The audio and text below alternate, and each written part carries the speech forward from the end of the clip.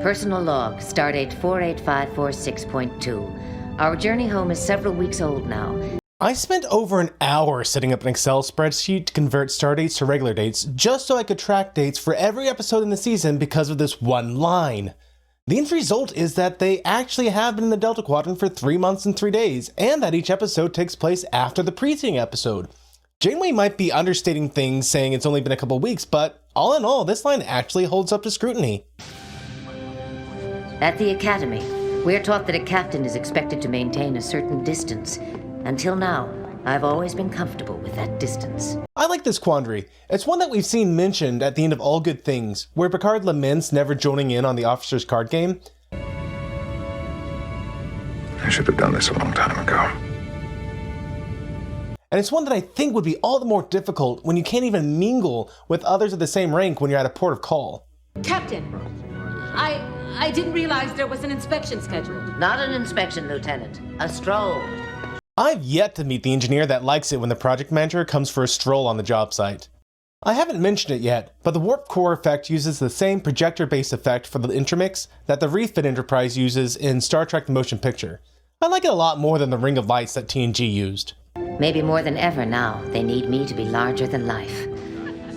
I only wish I felt larger than life. Computer, delete last sentence. Captain logs have always been a little weird to me. Sometimes we see Kirk dictating it on the bridge, we saw Sisko dictating a private log in the privacy of his quarters, but it's often seemed like it was practically telepathic. What is Janeway shaking her head no to otherwise? Is she just remembering how cringy that line was as she walks around? I'm not gonna lie, I do that too. So, has Neelix concocted anything interesting this morning? There's an ancient Chinese curse, Captain. May you live in interesting times. Actually, there's no evidence that this is a legitimate Chinese blessing or curse. Robert Kennedy made the phrase popular in 1966 when he used it in one of his speeches, and before that, it was just an interesting age. But it was probably a misremembrance or a misquote amongst the Chamberlain family in the 1930s. Awkward. If she wants to sit with us, she'll ask us to join her. That's the way it's done. Tom's not wrong. Military etiquette is important. Well, perhaps it's just the way the glow of the food heater lamps hit you, but you look wonderful. Neelix, you old charmer, you. I'll use one of my replicator rations for coffee. That would not be appropriate, Captain.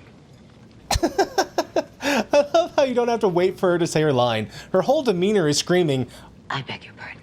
Give me your even better than coffee substitute. It's a tiny bit richer blend than you're used to, but you'll learn to love it. Bridge to Janeway. On my way. The ongoing gag of Neelix preparing food that no one likes the taste of. I love Janeway's face here as she watches the even better than coffee sludge plop out? Also, I love this scene and the way it bookends the opening monologue and interaction with Tom and Harry. Janeway isn't absolutely isolated. There will be individuals, like Neelix, whose ignorance of protocol gives her these rare moments of interaction that she wouldn't otherwise get from the crew. Magnify. There are unusually high levels of Omicron particles within this nebula, Captain. Oh my goodness, it's the year 2371 and we're still having to deal with COVID variants. I'm worried about them. I wish we had a counselor on board, but the nature of our mission didn't require one. Oh, you mean the mission where you're trying to capture Chakotay and all of his crew? Yeah, I bet he never gets tired of hearing you talk about that, Janeway. Basically, it's what Carl Jung thought he invented when he came up with his active imagination technique in 1932. Carl Jung. Carl Jung? I can't believe anyone tries to positively reference this man who started an Aryan cult and was a supporter of the Third Reich. His teachings are about as useful as a self-help book. Not that I have strong feelings about the man one way or the other, of course. I can't tell you that. It would offend my animal guide if I spoke its name. But he guides you well. Actually, it's female. But yes, she usually guides me very well. I think Chakotay is saying Janeway is his spirit animal. A significant concentration appears to exist approximately 64 million kilometers inside the perimeter. That's about half an AU, or half the distance between the Earth and the Sun. I've never seen anything like it. To Dr. Kim. Mr. Kim, that is a comment we would prefer not to hear from a senior officer on the bridge. It makes the junior officers nervous. I think this might be the only time I've heard a comm badge produce anything less than crystal clear sound. It also makes me wonder, how do you set the volume level of your comm badge? What if Harry didn't want to answer the comm request from Tuvok in the first place? Also, isn't Harry Kim a junior officer? In fact, a junior officer covers everything from a chief warrant officer to a lieutenant commander, a rank that Tuvok still holds for this episode. Engage full thrusters for 4 seconds and then drop to 1/4. Acknowledged. Engaging thrusters. Where is Tom moving to in his chair? Is he doing the work of 2 people and rolling back and forth between the stations? That actually would be a cool nod to the lack of qualified individuals. I am unable to offer an identification, Captain. Kim to Tuvok. In other words, you've never seen anything like it. Oh, I promise not to tell the junior officers. See what I mean about Tuvok and Kim's mentor and mentee relationship? These two are gold together. This ship is the match of any vessel within 100 light years, and what do they do with it? Well, let's see if we can find some space anomaly today that might rip it apart. Neelix isn't wrong. Oh, for the love of sanity, skip! It's alright, Janeway. I never know what to do with my hands when I'm talking either. We have a complement of 38 photon torpedoes at our disposal, Captain. And no way to replace them after they're gone. Oh, this line has been the subject of so many nerd debates. Janeway has already turned the spare impulse reactor into a dilithium refinery. There's no reason why they couldn't replicate as much of a torpedo as they could and refine what other bits they couldn't replicate later on, but since they said this line, we're gonna hold them to it. Fire!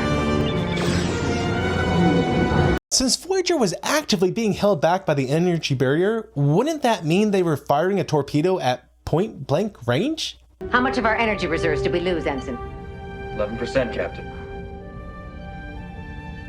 I'm just gonna have to give up coffee. That's all there is to it. You never, ever give up coffee, Janeway.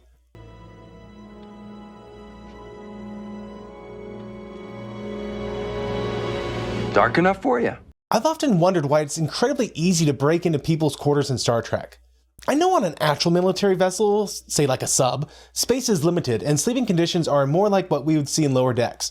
But in the rest of Trek, these rooms are treated like a home. Besides, I got used to wearing it. Something about it that reminds me of being in the womb. I agree with Tom's facial expression. We are hitting TMI territory here, Harry.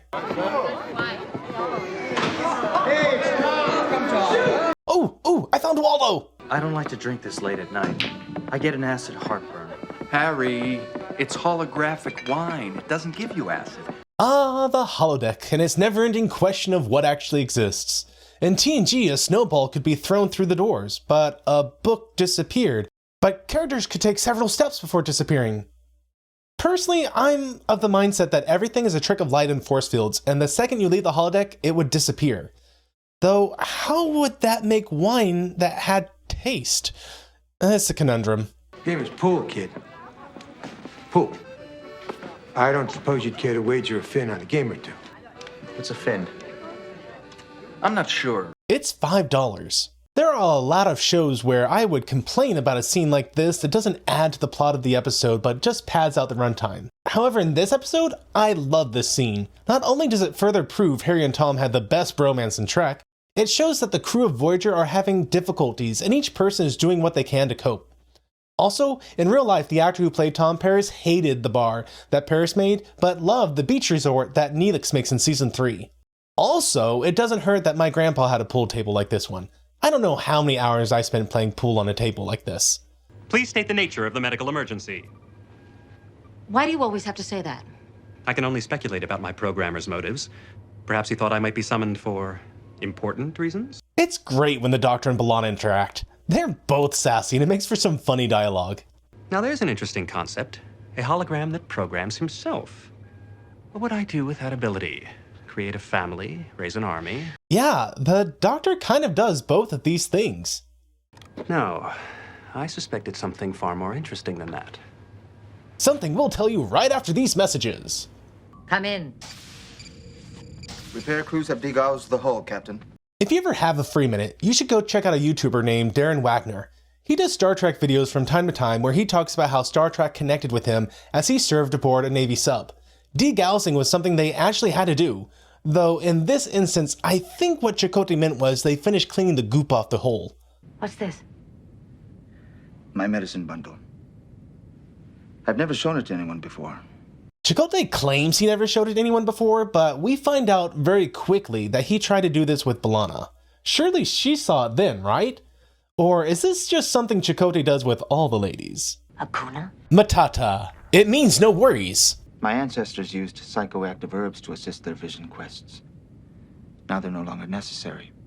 Our scientists have found more modern ways to facilitate the search for animal guides. Just so we're all clear here, Chakotay is saying this is a device that gives you an instant high as long as you're touching it, and your mind is instantly clear when you let go. I suspect these things would be a lot more well known than we're letting on right now. As Janeway stares at this rock, I'm suddenly reminded of how much of a cold, hard scientist she is, and I'm left wondering in what universe she would consider this a worthwhile thing to do. Keep this in mind when we get to the Season 3 episode Sacred Ground. I know this place. You must not discuss with me what you see, or you will offend your animal guide. Maybe Chakotay should have explained the rules before she got started. Seems like he's setting her up to offend the animal guides. Speak to it. What do I say? That is not your animal guide, Janeway. That's your daughter coming to ask you why you're going to abandon her and her siblings on a deserted planet in a year. Humorously, this scene took forever to shoot as the lizard just didn't want to move. I'm sorry. I should have asked the computer for no interruptions. Come in. Sheesh, Janeway. Maybe you should give him a minute to put the medicine bag away. He made it clear he's private about showing it to other people. Microscopic life forms from the nebula. That's not what I mean. The samples are clearly organic elements of a much larger life form. This is a very large leap in logic to make, especially as you ascribe to evolutionary biology. Rather than being one life form, they could just be in a symbiotic relationship. B'Elanna's right, of course, though. It appears, Captain, that this nebula is not a nebula at all. That is an amoeba. Yes, I remember my basic biology, Doctor. I need to know if we did serious harm to this life form. Let's see. You ran your ship through it, fired phasers at it, and blew a hole in it with a photon torpedo. Peak Dr. Sass. Computer, mute audio. I bet Spock wished he could have done this to McCoy more than once. Mr. Kim, review all systems in light of our first experience and see if you can provide new safeguards.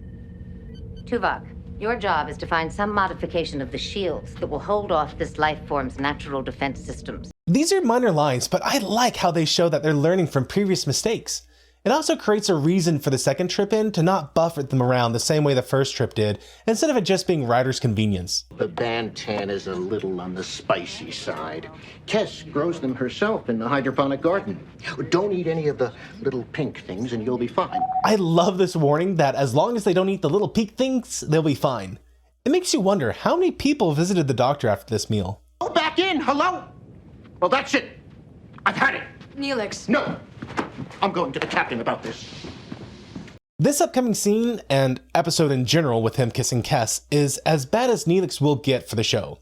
In general, it makes sense for there to be a moment where some alien who is unfamiliar with Starfleet to throw a fit about the way they do things. But there is nothing from what we've seen of Neelix that would have me believe that he would be the one to react in this way. Of course, the real question here is how is that apron attached to him where he can just pull on it once and it falls away from him? Is that final? Dismissed. That's a Starfleet expression for get out. Well, I guess we know who wears the pants in this relationship. Find yourself a seat with a good view, because just like Jonah and the whale, you're going in. Jonah? Well... Yeah, Janeway, way to show off your ethnocentricity by using a reference that Neelix would have no chance of understanding. I'm losing control! Hold on! Well, that guy's dead. Inertial dampers are still offline. Reset IDF baseline at 300 and reinitialize. I'm going to assume that IDF stands for Inertial Dampener Field. It feels like it fits the dialogue. Damage report. Electroplasma leaks reported on Deck 14. Repair crews are being dispatched.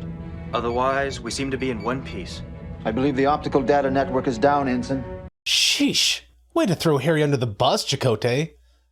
Although, that could have made for a good character arc for Harry.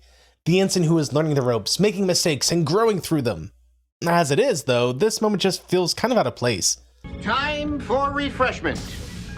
I appreciate the thought, Neelix, but this is hardly the time. As the morale officer on this ship, I insist that a break in the workload is both healthy and necessary. Now this I love.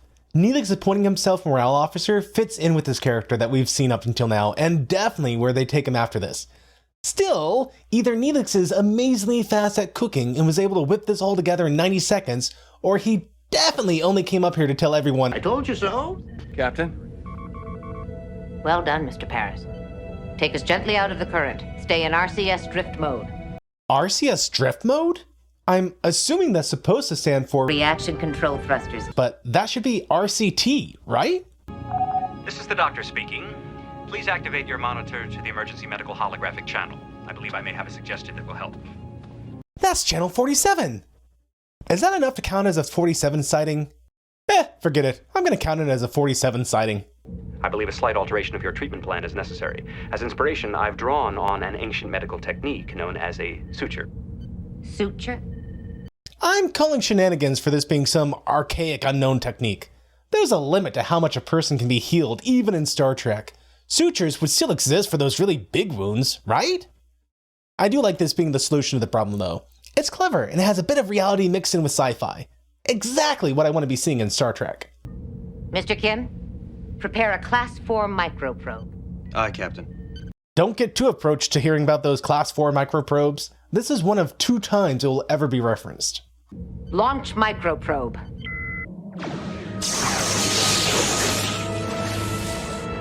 Thrusters. Firing! If that's the first time they fired thrusters and have just been drifting through the creature, then how have they been holding this position?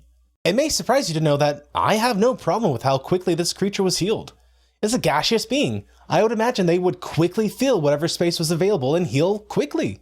Treat a lady like a tramp, and a tramp like a lady never fails. Paris? Did you program this guy? Yeah, why? He's a pig, and so are you. Harsh, B'Elanna.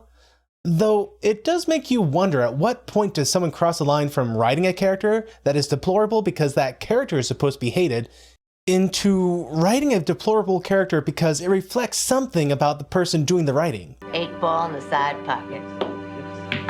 Kate Mulgrew actually made this shot herself. That's pretty impressive. I like that this was the final scene in the episode to bookend how it started. We're going to see that Janeway is always a little separated from the crew, but it's not going to be to the same extent that other captains have been in Star Trek up until now. So, the Cloud. What can I say about the main plotline of the episode? Not much, if I'm being honest. It was another bottle show despite the fact that they had to create a whole new set with the bar. Supervising producer Brennan Braga was primarily involved with the Cloud plotline of, well, the Cloud. Can a title be too on the nose? Anyway, he said he wanted the episode to be the Fantastic Voyage, just done with Voyager, and not involving any kind of miniaturization. But honestly, it proved too much trouble, and he had to give it over to Michael Pyler, who ended up having to write all, or at least the lion's share, of the troublesome scripts. Pyler saw that there wasn't enough to do with the Cloud plot and filled the rest of the episode out with character development. He may have done it to fill it in time, but for me, that's what makes this episode one of my favorite episodes of the season. We get to see a lot about the characters fleshed out, and we get to see them interacting with one another in significant ways. This kind of work goes a long way to drawing me into a show, and I loved it.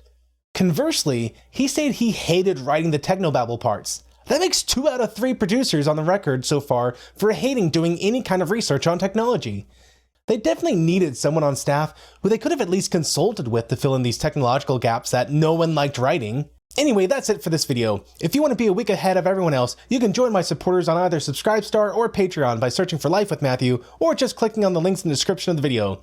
Thank you to my current supporters, which according to my notes is John DeMarco and the Salty Trekker. And hey, joining them are Ben Joas and Rock Solid Productions. Thank you, Ben and Rock Solid, for keeping me out of strange nebulas in a desperate attempt to keep this coffee mug full. And until the next time, may the Lord bless you and keep you. May the Lord make his face shine upon you and be gracious to you. May the Lord lift up his countenance upon you and give you peace. Amen.